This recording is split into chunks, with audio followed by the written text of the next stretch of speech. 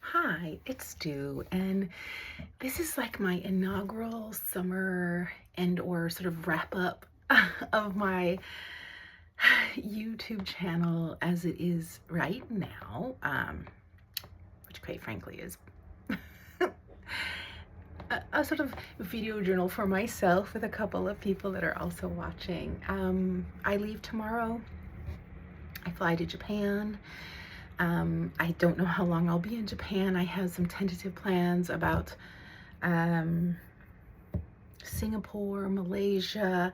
I really would like to go to Laos, but I am very sure that I'll end the summer in northern Vietnam, where I haven't been.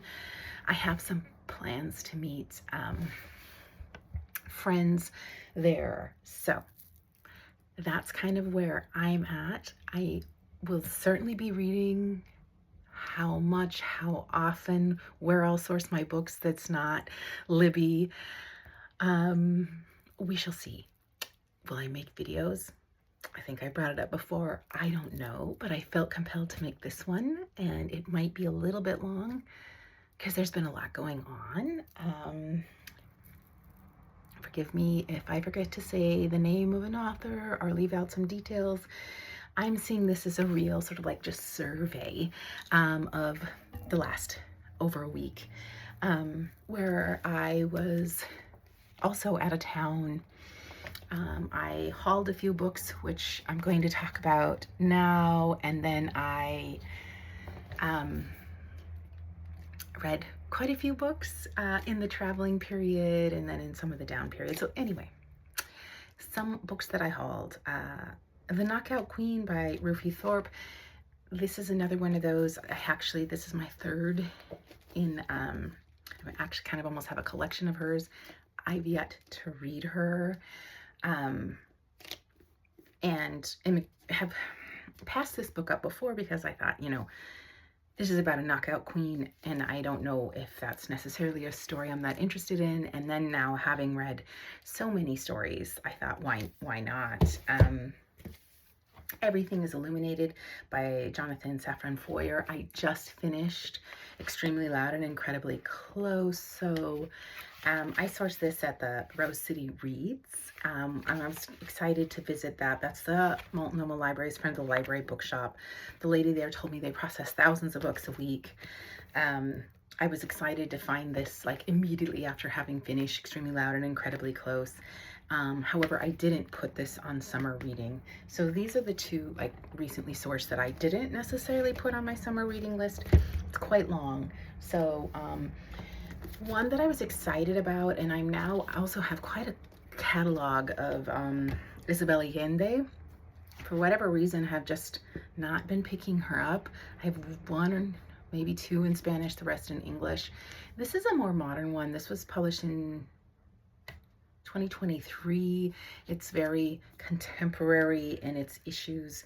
It does what Isabel Allende does, which kind of mixes historical fiction with contemporary tales, mixing the world of the colonizers and then now the currently colonized world. And that is The Wind Knows My Name. And I do have this on hold in Libby. I'm not going to carry around a hardback. As for summer reading, if it comes off hold, because some of those holds are more than 6 to 8 weeks, then I'll read it in the summer. If not, I'll revisit it. It's on one of my TBRs when I get back. Super excited to find The Bandit Queens by Perini Schroff. I think if you're watching this, you know the premise of this. This is a woman who's been accused of, falsely assumed, assumed of murdering her husband, and then becomes sort of like the go-to person for people, for disgruntled women wanting to get rid of their husbands. I think that's the premise of this book. It's fun, it's provocative. Having just finished Anita Del Monte Last, I was excited to grab another Xochitl Gonzalez, and I was super excited to see that Rose City Reads had Olga Dies Dreaming. This is New York, Puerto Rico, and the hurricane, right? The hurricane that hit a few years back that really devastated Puerto Rico. This was like only a couple of bucks because it has a little bit of damage, but it's on summer reading. It's likely that I won't, apart from just having sourced this book and then, you know, reading it and then deciding which friend to give it to or which little free library it fits in, won't interact with this physical copy. Oh, yeah. And then lastly, but not leastly, not on summer reading, for some reason I decided to just read this at some point when I get back, and that's The Girl with the Louding Voice by Abby Dare. And I think this book has been much talked about and much revered, and I'm really excited to speculate more on what it's about or what kind of TBR it would fit in upon my return. So those are the books that I read. I plan to read. Hauled is the word I'm looking for. Here are the books that I read. Also included in the list of read books were 2 fully digital books. The Death of the Author, which I loved that book. It's probably my favorite book. It's a hard call. I read these. This is a stack of really good books. And then The Persians. And so I think The Death of the Author came by recommendation to me. And then The Persians was one of the Women's Prize for Fiction long lists. So I kind of worked my way through many, if not most of those. I just want to say a quick note to the homage to Douglas Adams that happened in The Death of the Author, which was like the second to the last chapter being called So Long and Thanks for All the Fish.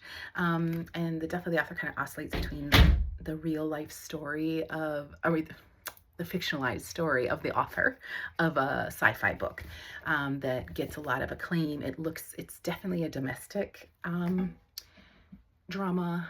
It looks at family life. It looks at belonging. It looks at disability. It looks at criticisms of the patriarchy. It looks at being, you know, from where you're from, like where you're from, the country, where you're from the village, where you grew up, you know, where you've moved to. It looks at a lot of that. It also, you know, ventures into that speculative place because it runs the story of the author with the book that she's famous for inside of the, like, so it's a book about books, and then it, as a book about books do, it looks at you know, what happens with stories, how stories get manipulated by all of the things that happen in the sort of the industrial complex of commercializing stories and what their place is, and certainly what happens in the film industry. And then, you know, the speculative part looks at humanity and in groups and out groups.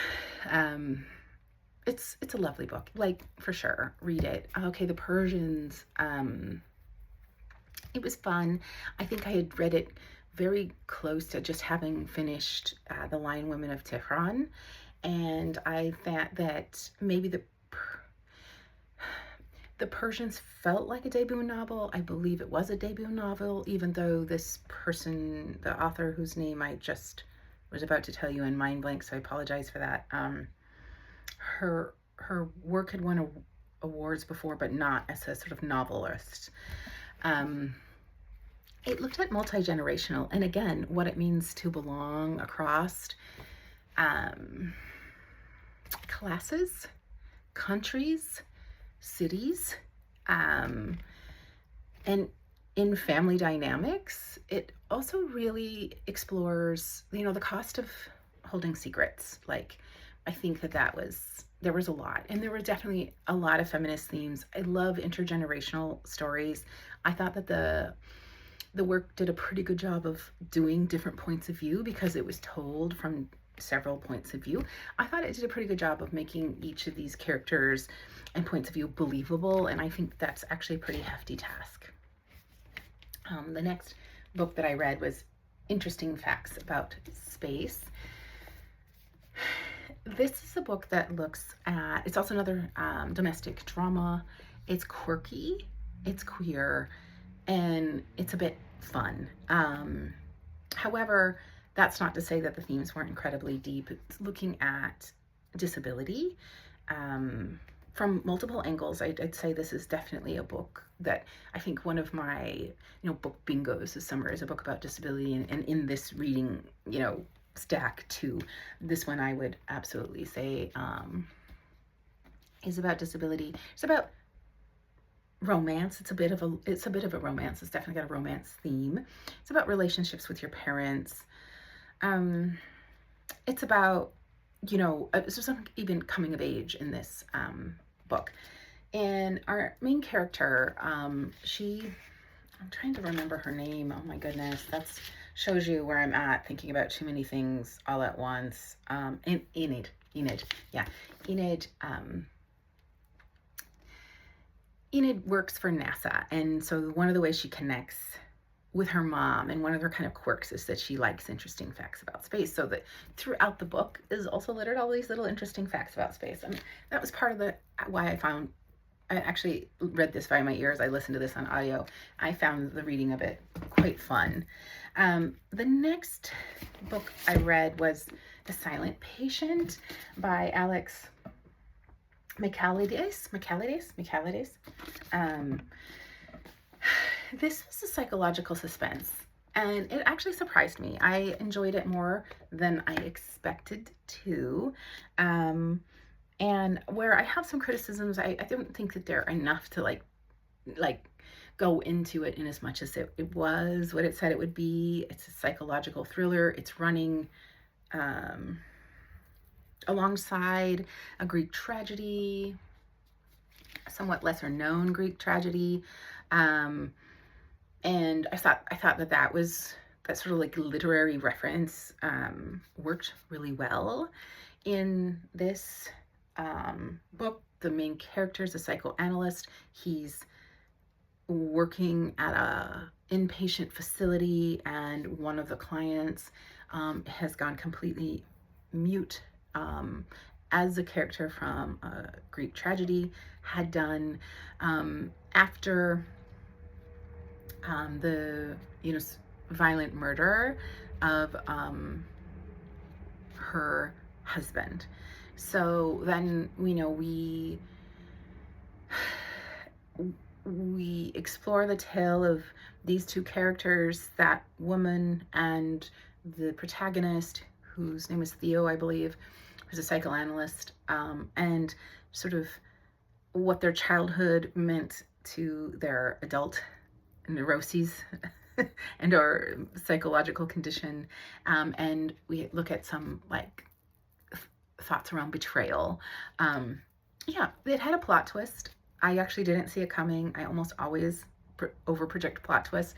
The middle one, the end one, I caught, but I mean, who cares if you catch them or not? If you love to suspend disbelief and read plot twisty books, I would recommend this book, and have actually, if I would have had it with me. I was at a party where someone was explaining the kind of books they like to read, and I thought you should definitely read The Silent Patient. It surprised me. It was one of those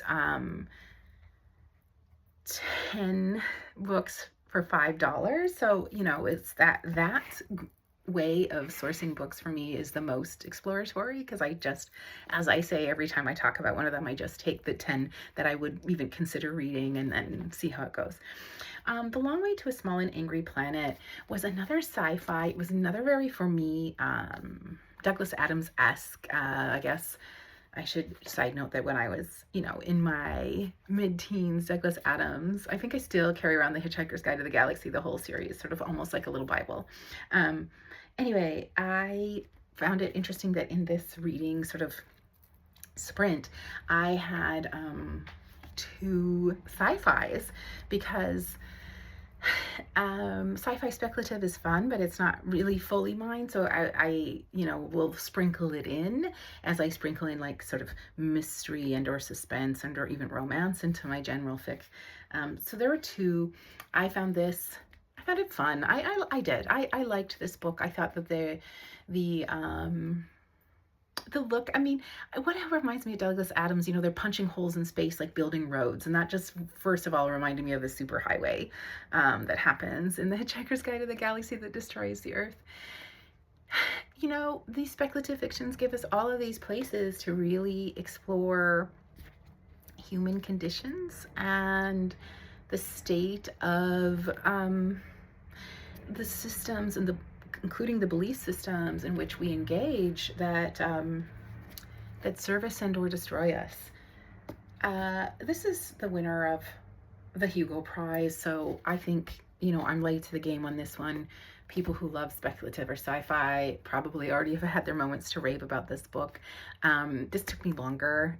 So speculative sci-fi, especially if there's a lot of world building, names of planets and species and things.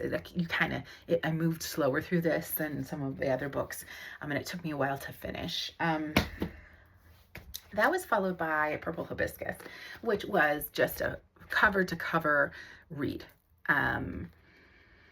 This absolutely is a domestic fiction, and it explores family dynamics, religiosity,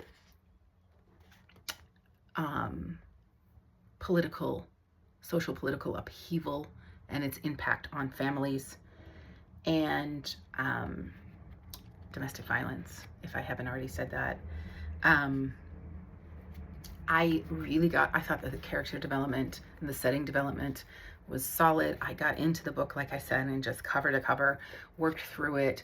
I really wanted to know the fate of all of the characters, and even found a bit of a plot twist in the end. I found that compelling, whereas oftentimes if books aren't plot driven and they get plot twisty, it's like a little annoying for me. But I know that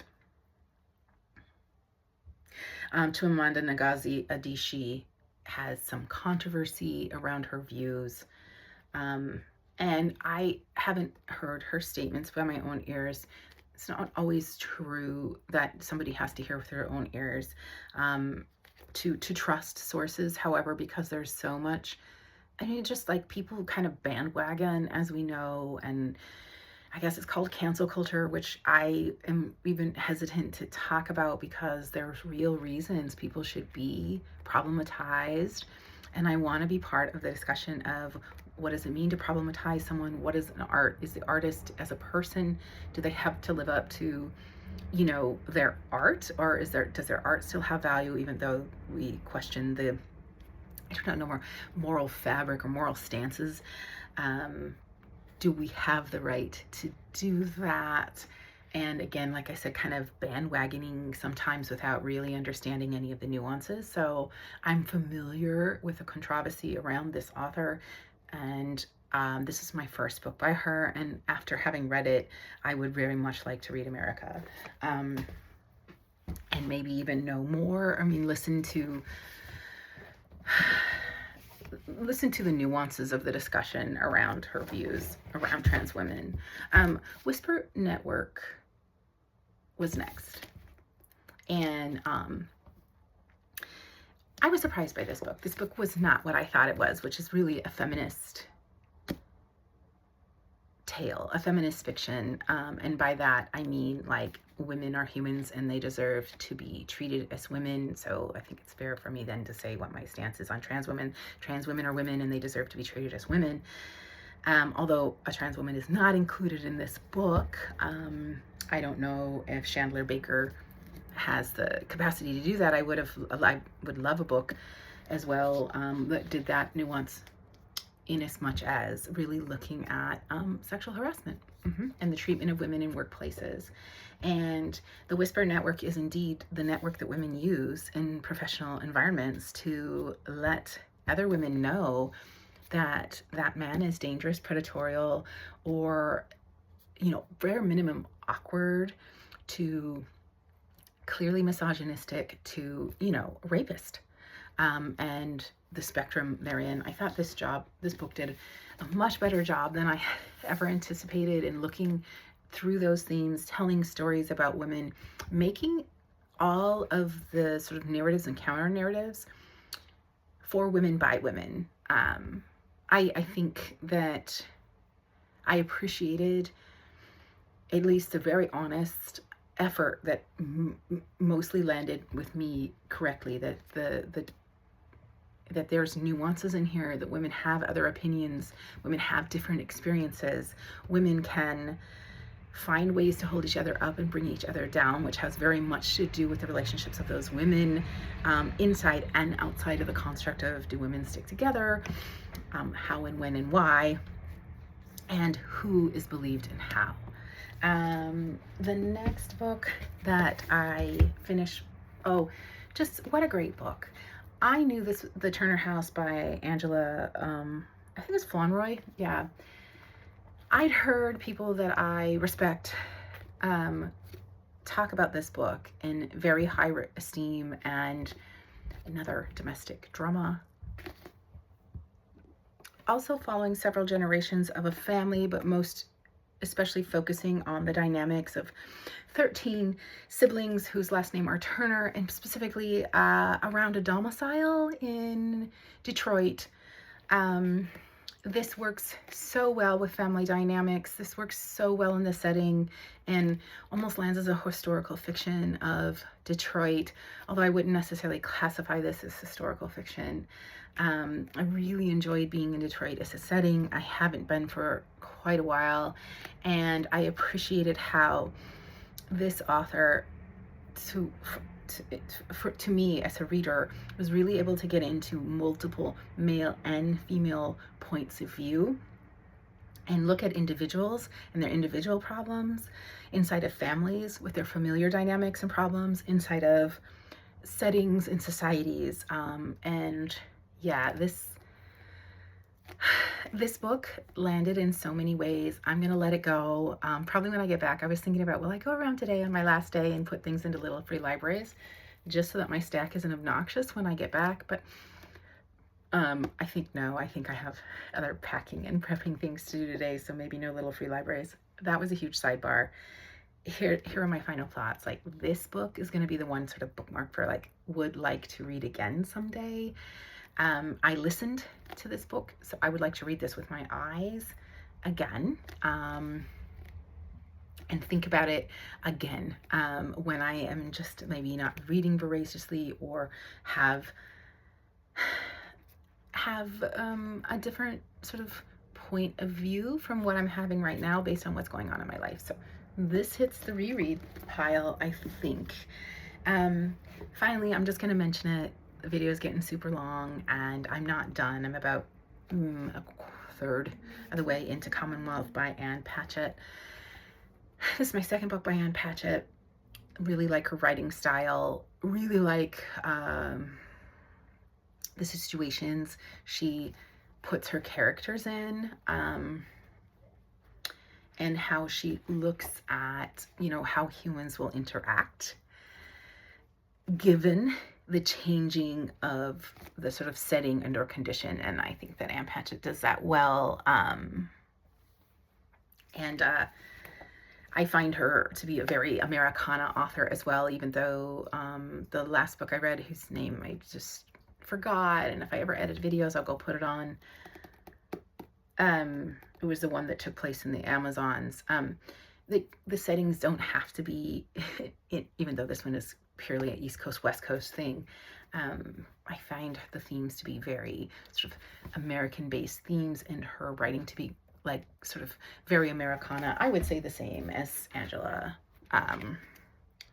Flournoy, which is a very Americana book. Yeah, so that's it for me. If I make another video, maybe it'll be a short, of me reading a book in some, garden in Tokyo, or maybe it'll be a really long one when I get back. Who knows? Anyway, till then.